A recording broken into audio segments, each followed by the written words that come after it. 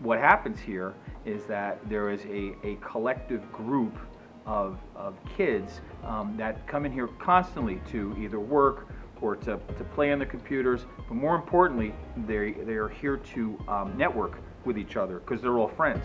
They've blossomed as programmers. They've become friends with each other, and it's quite something to see.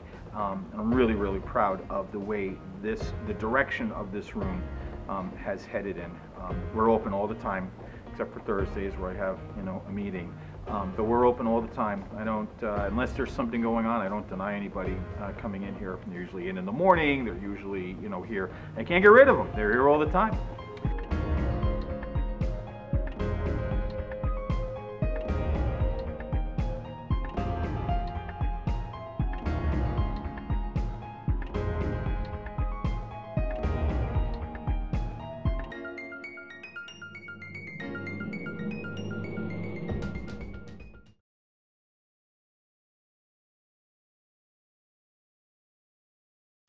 So Gauze Room, the cargo hold, is a place where people can hang out, have fun, play games if they feel like it. It's really fun. It's fun and educational. It provides a very educational experience. And it's good for your future, and you are a better person for it. He took the words right out of my mouth. That's what I do. I take the words right out of people's mouths. We made this big culture of the programmers around school. Everyone knows who each other is in programming, and most people know who the programmers are because of how we act.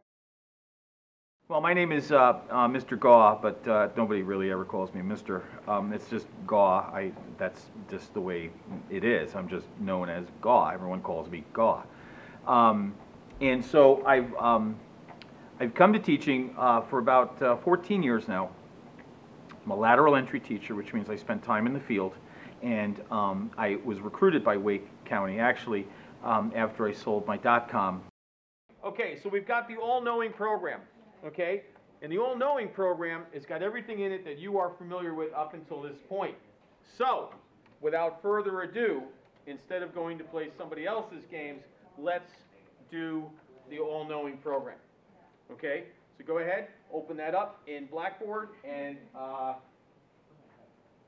it's pretty cool, and if you do it right, it can really blow somebody's mind, because it's one of those things where you learn to manipulate your text with your visibilities and stuff like that. It's actually pretty cool. Okay. Okay. What? You no, that's now you can do it.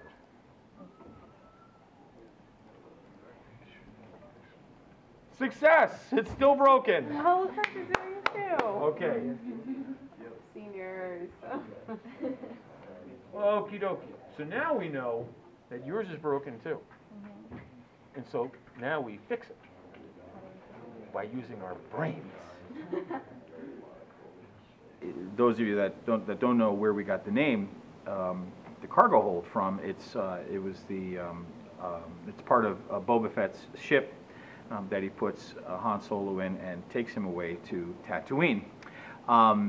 Anyway, it's become sort of, as I said, ground zero for everything very nerdy. Swimming in the ocean waters, have you seen the marvelous breadfish? He's like an English sandwich. George, this is news to you? Tell me, have you seen the marvelous breadfish? I can't get rid of that. Swimming I love it. in the ocean water. It's funny that you mentioned weird, crazy collaboration, because that's exactly what goes on in this class, weird and crazy collaborations. It is really important to me that the teams, if I assign them, work together as a whole. Okay, so I got two brains working on one project, and a lot of times they're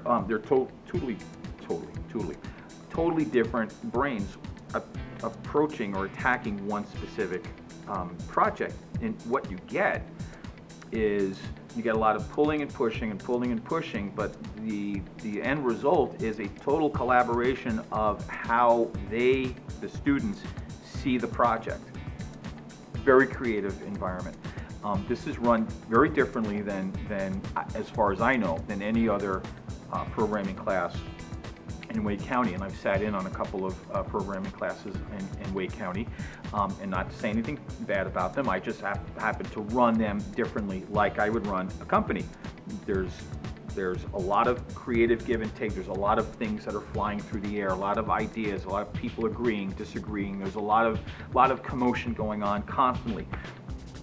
Within that chaos comes these great ideas. Right, and so what I've done, and what I'd like to feel as though I've done, is that I've allowed these kids the freedom to go and to fail. It's all right if you break stuff. Well, not the equipment, but it's okay if you break the program. Fix it. If you learn something, it's okay. Right? Nobody really ever fails until they stop trying. Right? And I have kids that try all the time. And you know what? That's a great testimony to them. It's a great testimony to me. It's a great testimony to how this room operates. And I'm really proud of every single kid that comes through here because they don't give up. They're in here swinging all the time. I've got great programmers, and I got so-so programmers, and I got not-so-great programmers. Usually the not-so-great programmers end up being the great developers. The great programmers usually collaborate with the great developers, and we always get some sort of really cool, really weird project.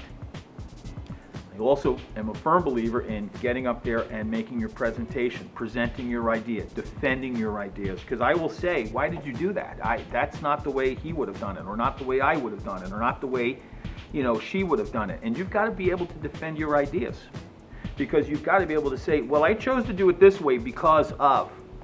I didn't want to do it your way because that would have been 100 more lines. I could have done it in 50 lines or less.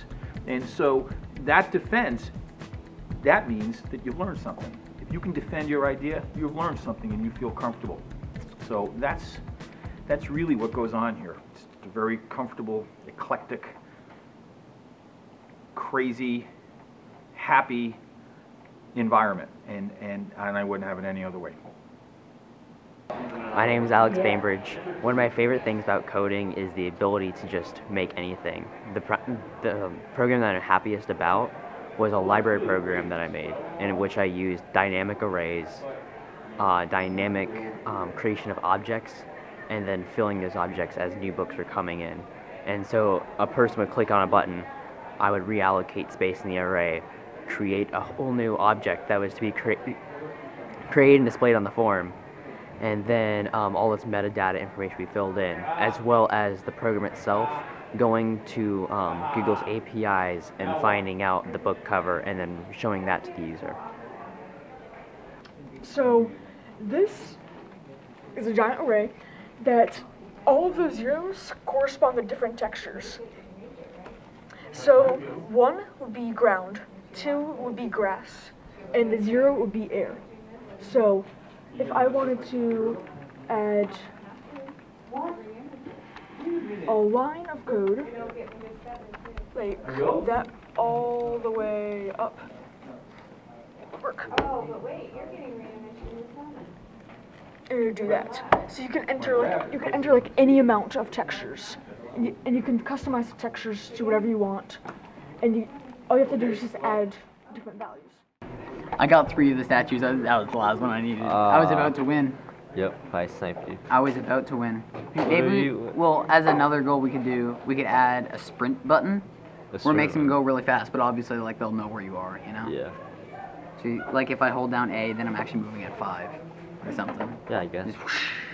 Yeah, we can do that.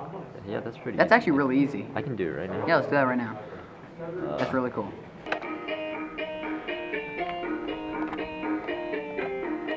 What a game. So I made all the art myself. This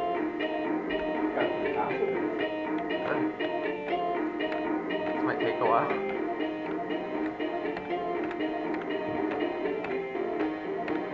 The timer usually gets up to like 7,000.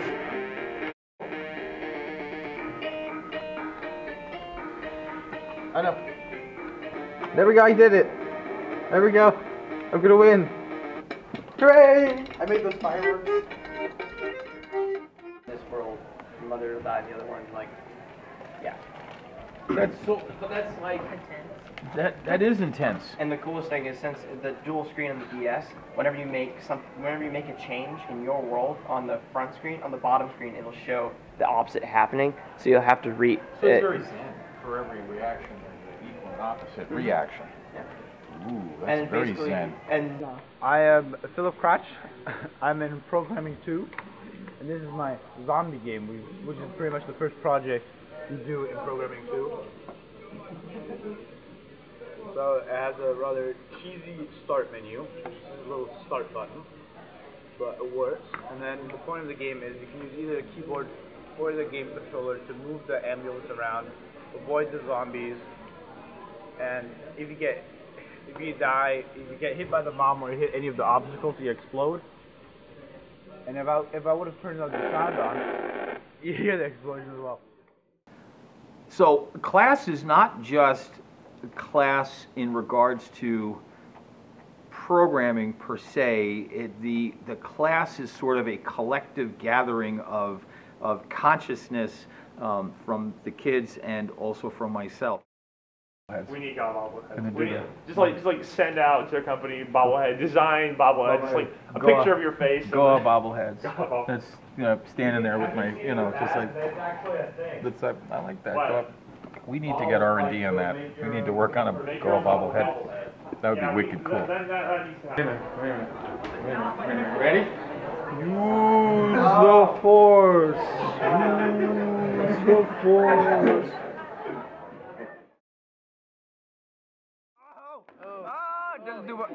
We just need to combine our program. Look at that! Look at that! I'm winning! I'm winning! I got more taps than you, Kenny! My controller's slower. No, you're just slow. You're just slow, Kenny! Yes! Catching up. Yeah, I won. You can be taught! Programming is Look really at all fun, those rice and especially beans. with Mr. Gaw, considering he may be crazy, but what he teaches us definitely helps us in the future.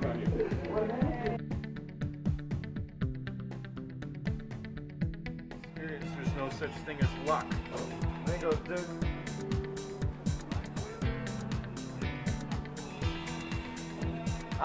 Wait.